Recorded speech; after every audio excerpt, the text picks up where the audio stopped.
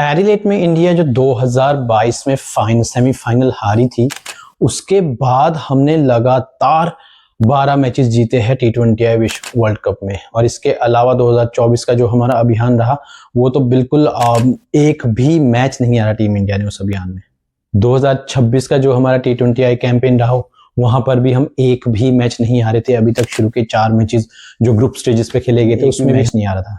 13 number such में ही हमारे लिए अनलकी निकला। हम इससे पहले वाकई में ही नहीं आ रहे थे, लेकिन साउथ अफ्रीका ने जो हमें चोट पहुंचाई है, नेट को देख लीजिए या फिर मैच को पूरा देख लीजिए, पूरे तरीके से साउथ अफ्रीका ने हमें आउट ऑफ द प्ले कर दिया, टोटली आउट प्ले किया उस मैच में। हम अगर बात करें रन रेट की तो 3.8 साउथ अफ्रीका है, -3.8 इंडिया है। जहां हम सोच रहे थे कि इंडिया उस जगह पे होगा, अब साउथ अफ्रीका वहां है। और वेस्ट इंडीज ने तो कहा जस्ट वेट करो, अब हम भी इस टेबल में हैं।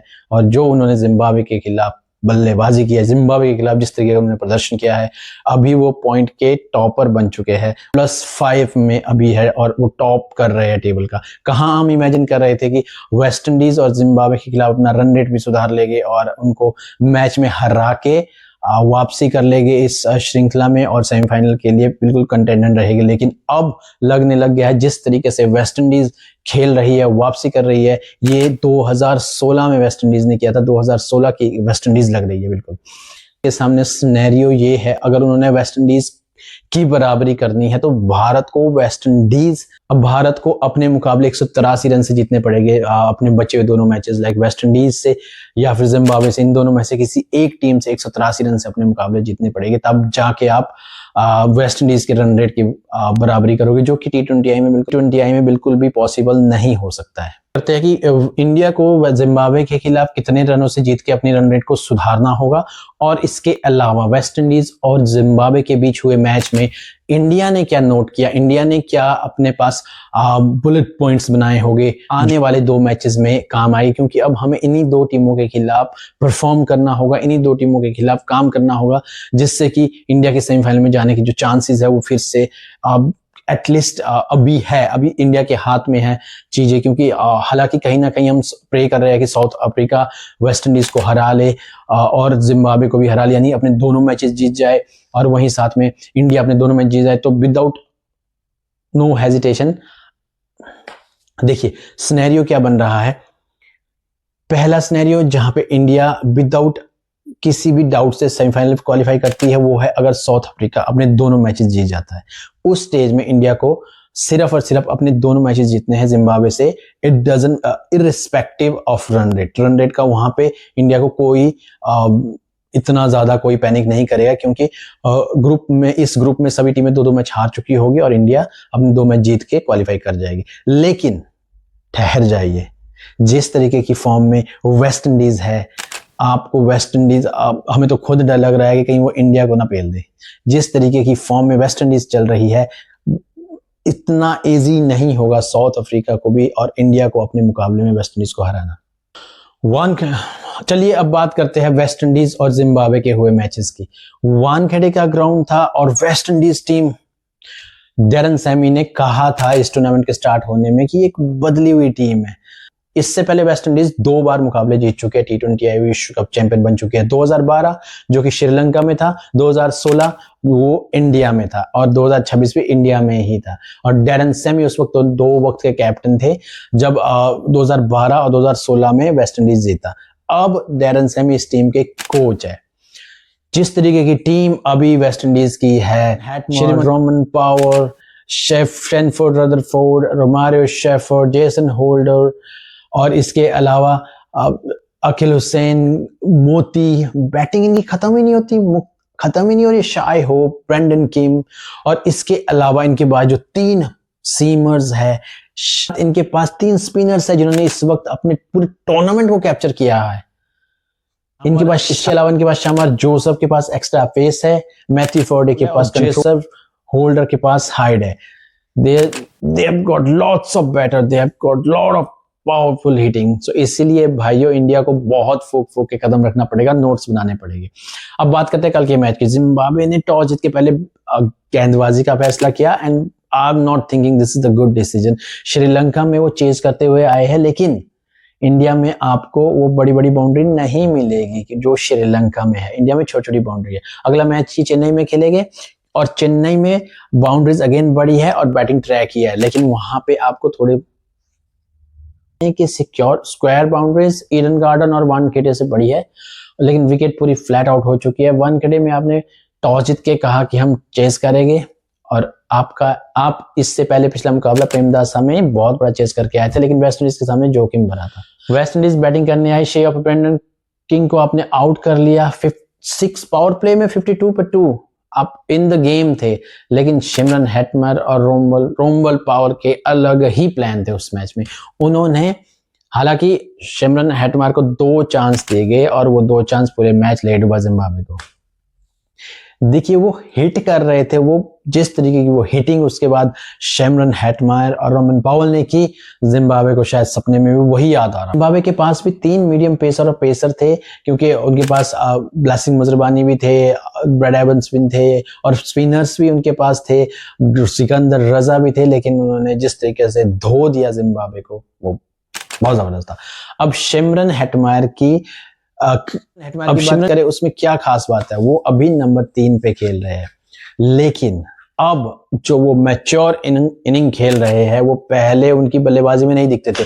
इससे पहले भी मैं एक वीडियो में बता चुका हूं, शिमरन हेटमायर एक जबरदस्त फॉर्म है, वो across the board global T20I खेलते हैं और बहुत ही गजब फॉर्म में है।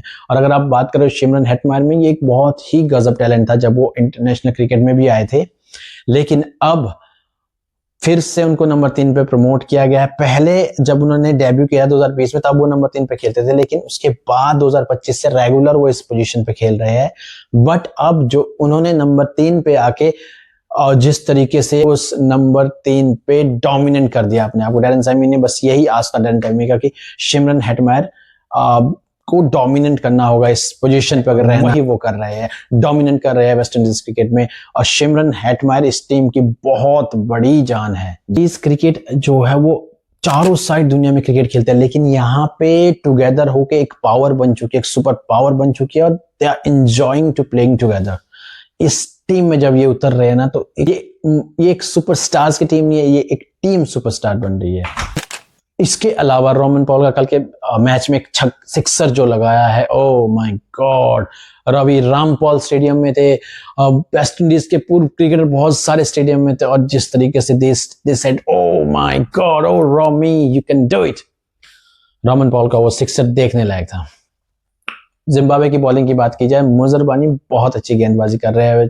श्रीलंका में उन्होंने बहुत जबरदस्त गेंदबाजी की है, बट इन कल के मैच में लगा he was struggling something, pace थोड़ी लिमिटेड थी, स्लोअर बॉल उतनी रिसेप्टिव नहीं थी।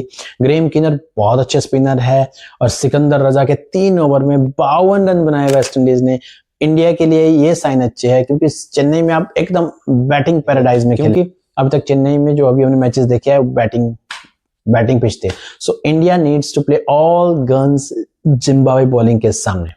अब इंडिया को क्यों ये करना है, सबसे पहले थर्सडे को दोपहर का जो मैच है, अभी भी वही सिंपलेस्ट इक्वेशन क्या है कि साउथ अफ्रीका वेस्ट इंडीज को हरा ले। अगर ये पॉसिबल हो गया, ये मैच पहले होना है, इंडिया के मैच से पहले ही मैच होना है ये, तो इंडिया के लिए इक्वेशंस थोड़ी इजी हो जाएगी, रिलैक्स हो जाएगी अगर साउथ अफ्रीका वेस्ट इंडीज से जीत जाती है। लेकिन साउथ अफ्रीका के लिए this is not going to be easy task. अगर वेस्ट इंडीज को हरा लेते हैं तो वो एक कंटेंडर भी हो सकते हैं विश्व कप के साउथ अफ्रीका, क्योंकि इस वक्त वेस्ट इंडीज बहुत स्ट्रांग है।